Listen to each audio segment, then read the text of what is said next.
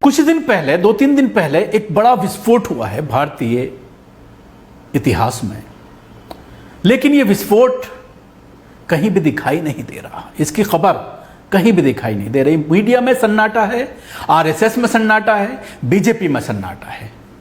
आपको याद होगा 2008 में एक वर्ड सामने आया था, कांग्रेस की जब सरकार थी मनमोहन सिंह की, भगवा आतंकवाद, जिसको लेकर आपत्ति जताई गई थी हिंदूवादी संगठनों के जरिए और सवालात खड़े हुए थे, क्योंकि जिस तरह से मुस्लिम आतंकवाद का जिक्र बार बार टीवी चैनल्स पर किया जाता था, उसके जवाब में कांग्रेस के कुछ और लीडरों ने, जब आरएसएस और संघ के लीडरों का नाम सामने आया था मक्का मस्जिद ब्लास्ट में, जब आरएसएस के कुछ लीडरों का नाम सामने आया था मालेगांव ब्लास्ट में, और उसके अलावा अजमेर ब्लास्ट में, तो उस वक्त एक वर्ड का इजाद हुआ था, भगवा आतंकवाद, जिसको लेकर के कई किताबें भी लिखी गई और जिस तरह के बयानात सामने आए।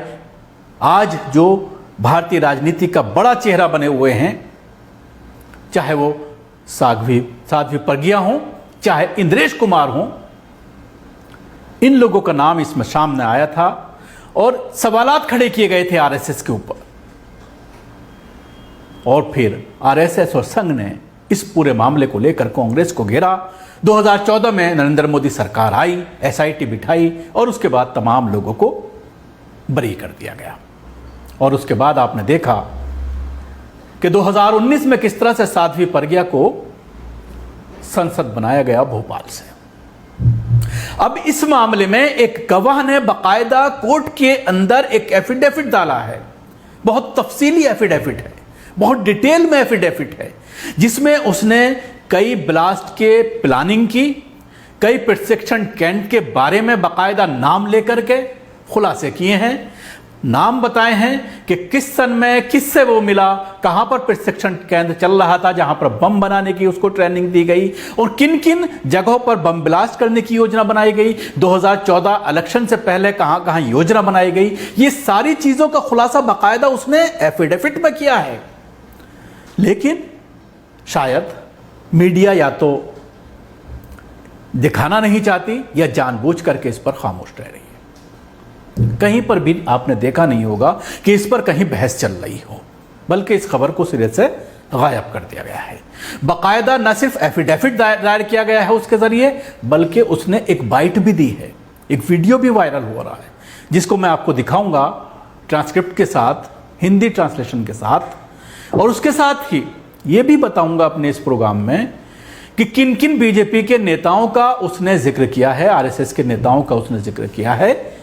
उसने ये भी जिक्र किया है कि मोहन भागवत को उसने इसके बारे में बताया, लेकिन उन्होंने खामोशी इख्तियार कर ली। थोड़ी सी बड़ी खबर है, लेकिन आप इस पर हमारे साथ बने रहिए आखिर तक और चैनल को सब्सक्राइब करना ना भूलें। इसके साथ ही बेल आइकन जरूर दबाएं। आरएसएस ब्लास्ट के वर्ष 2000 के दशक की शुरुआत में महाराष्ट्र में विस्फोट के कुछ ऐसे मामले सामने आए थे जहां हिंदू समुदाय के लोग आतंकी गतिविधियों से जुड़े थे। बाद में हैदराबाद की मक्का मस्जिद 2007, अजमेर शरीफ दरगाह 2007 और मालेगांव ब्लास्ट 2008 में हुए विस्फोट भी कथित तौर पर कट्टरपंथी दक्षिणपंथी समूहों के कार्यकर्ताओं द्वारा किए गए थे। इन्हें भगवा आतंकवाद कहा गया था। 2010 में तत्कालीन गृह मंत्री पी चिदंबरम ने कट्टरपंथ हिंदूवादी समूह की आतंकवादी गतिविधियों को भगवा आतंकवाद का नाम दे दिया था। अब राष्ट्रीय स्वयंसेवक संघ परिवार पर विस्फोटों के संदर्भ में भगवा आतंकवाद का एक सनसनीखेज आरोप संघ के ही एक पूर्व प्रचारक ने एक हलफनामे में लगाए हैं। इसके बाद संघ को सांप सूंघ गया है और बोलती बंद हो गई है। रिपोर्ट के अनुसार आवेदक यशवंत शिंदे लगभग 25 वर्षों से आरएसएस कार्यकर्ता थे और विश्व हिंदू परिषद और बजरंग दल जैसे अन्य दक्षिणपंथी समूहों के साथ भी जुड़े थे। उन्होंने दावा किया है कि विस्फोट से 3 साल पहले विश्व हिंदू परिषद के एक वरिष्ठ कार्यकर्ता ने उन्हें देश भर में विस्फोटकों को अंजाम देने के लिए चल रहे एक आतंकवादी प्रशिक्षण शिविर में के बारे में बताया था। अपने एफिडेविट में शिंदे ने इस बात का जिक्र किया है कि जुलाई 2003 में उसके दक्षिण मुंबई के खेतवाड़ी इलाके में स्थित गोल देवुल गोल मंदिर में एक महत्वपूर्ण बैठक होने का संदेश मिला। उसने उस बैठक में शामिल होने का दावा किया है। एफिडेविट में बताया गया है कि वहां केवल 2 लोग वो थे जो आरएसएस के सदस्य थे और महाराष्ट्र प्रांत के वीएचपी नेता मिलिंद परांडे के सहयोगी थे। इन दोनों ने आवेदकों को बताया कि बहुत जल्दी ही एक बम बनाने का प्रशिक्षण आयोजन होने जा रहा है। उसके बाद देश के स्तर पर बम विस्फोटों को आयोजित करने की योजना है। उन्होंने इस बात का प्रस्ताव आगे रखा कि उसे देश के ज्यादा से ज्यादा इलाकों में विस्फोटक की जिम्मेदारी लेनी चाहिए। वह बेहद अचंभित था, लेकिन अपने चेहरे पर उसे जाहिर नहीं होने दिया और हल्के तरीके से पूछा कि क्या ये 2004 के लोकसभा तैयारी के मकसद से किया जा रहा है। उन्होंने उसका उत्तर नहीं दिया। 4 और 5 अप्रैल 2006 को दरमियानी रात में हुआ नांदेड़ बम विस्फोट कुछ सालों के अंतराल में महाराष्ट्र के मराठवाड़ा क्षेत्र में हुए 3 धमाकों में से एक था। अन्य 2 विस्फोट परभाणी 2003 और पूर्णा 2004 में हुए थे। अदालत ने उन सभी व्यक्तियों को पहले ही बरी कर चुकी है जिन पर मस्जिदों में बम फेंकने का आरोप था।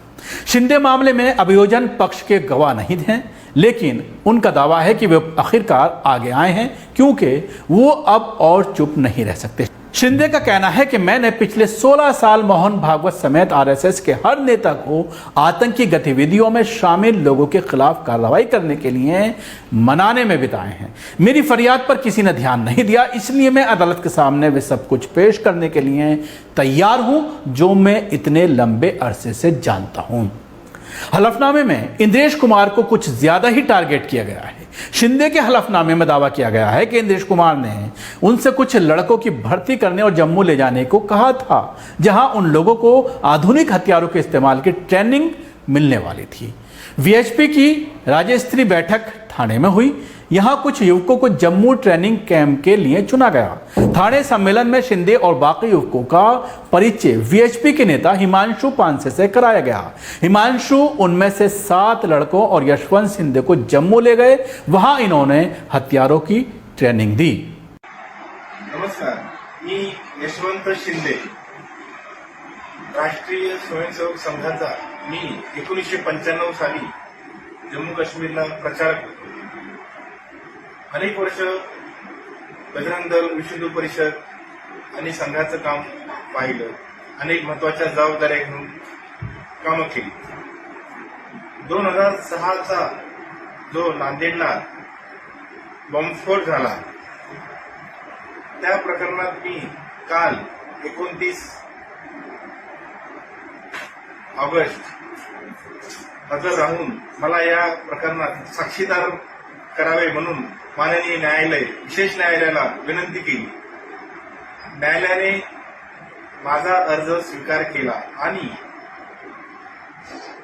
सरकारी वकील तसेच बॉम्बस्फोट खटल्यातील जे कोणी आरोपी आहेत त्यांच्या वकिलांना नोटीस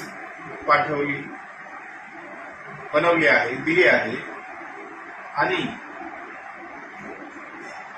पुढच्या महिन्यात 22 दिनांकला माझ्या काल सादर केलेल्या कथनावरती त्यांचं काही ते त्यावरती मत मांडतील।